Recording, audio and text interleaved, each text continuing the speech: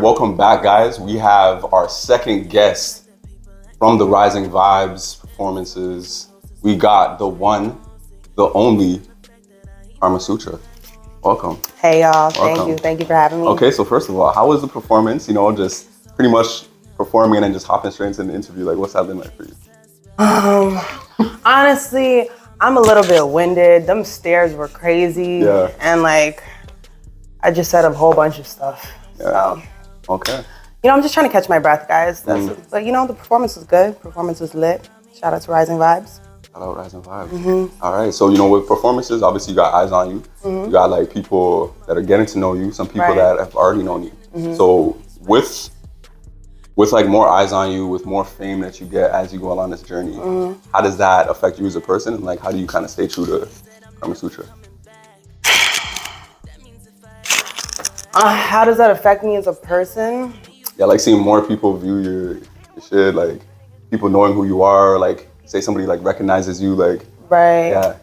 Honestly, I feel like, obviously, like that's kind of like, it gives me anxiety a bit. Really? Yeah, but like, I don't know, it's okay. Like, I think I'm at the point now where it's like, okay, this is what I want to do and it's kind of what comes with it. So it's just like, it is what it is. You know, I appreciate whoever taps into the music, so, you know. Okay.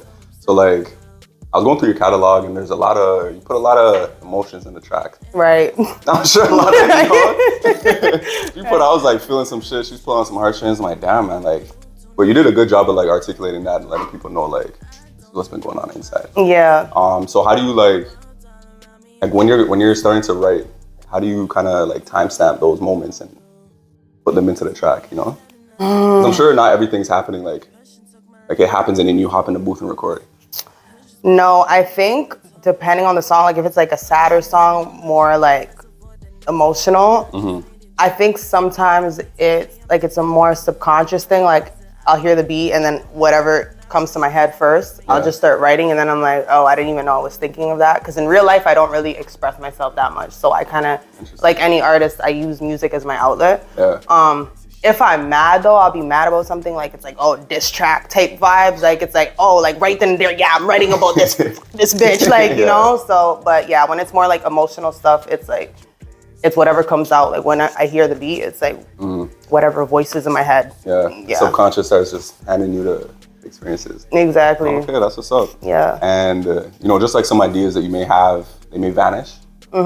Just like the track that you dropped. Oh, I saw what you did there. Yeah. So on that track, you're hitting a little voulez-vous on the track a little bit. Right. Like, as an artist, how do you put like two languages into one song and make it work? Well, I speak French, so exactly. I actually speak French. So already when you're bilingual, all bilingual people will feel me on this. You suck at both languages. So there's gonna be English is hard enough as it is. Yeah, it's already hard enough, and then it's like some words I don't know in English and I'll know in French, and some words in French I don't know in English, or like it'll take me a second to like do the switch in my brain. What'd you learn first, real quick? My babysitter when I was younger, she was from France.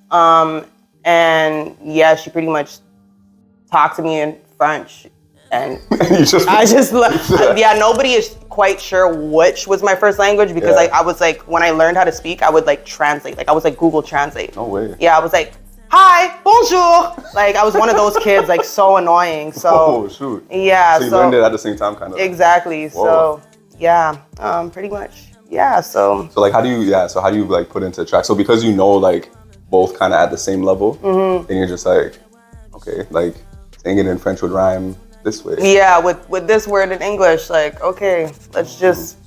And then being able to like translate it to English, would it still have that same, or maybe not? Probably not. Like if I used French, it was probably because the English word did not rhyme. Yeah. Yeah. Okay. That's hard though, because that's like a back pocket thing that not a lot of people can do. Yeah. So big up yourself. Thank you. So switching gears real quick, more so to the business side of being an artist.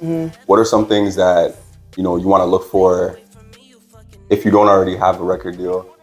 What are some things that you look for in a contract and that other artists out there should look for? Honestly, it just has to make sense for you, whatever your situation is. Everybody's situation is different.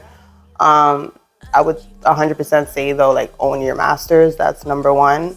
And like, yeah, for myself, it just has to, I'm not opposed to a record deal, but it would just have to make sense with my personal situation. Yeah. Yeah. Okay. Yeah. Interesting. And the last question that I'm asking everybody that's performing today, before you hop on the stage and you do your thing, like what kind of rituals do you have, if you have any, before getting into that zone? Tea. Okay, Tea always. Yeah. I like smelling nice things. So like at the studio before I record something, like I'll spark incense and but we didn't have incense today, so I just smelled myself because I put perfume on before I left the house. So, yeah. Okay. It's pretty simple. Jeez. Yeah. Okay. All right. Well, that wraps up this after performance interview. Shout out Rise and Vibes. I'm your host, Jay Breezy, aka Jay Breezy, and we got our wonderful guest, Sutra. Sutra. Thank you for having me. Hey, yeah, Just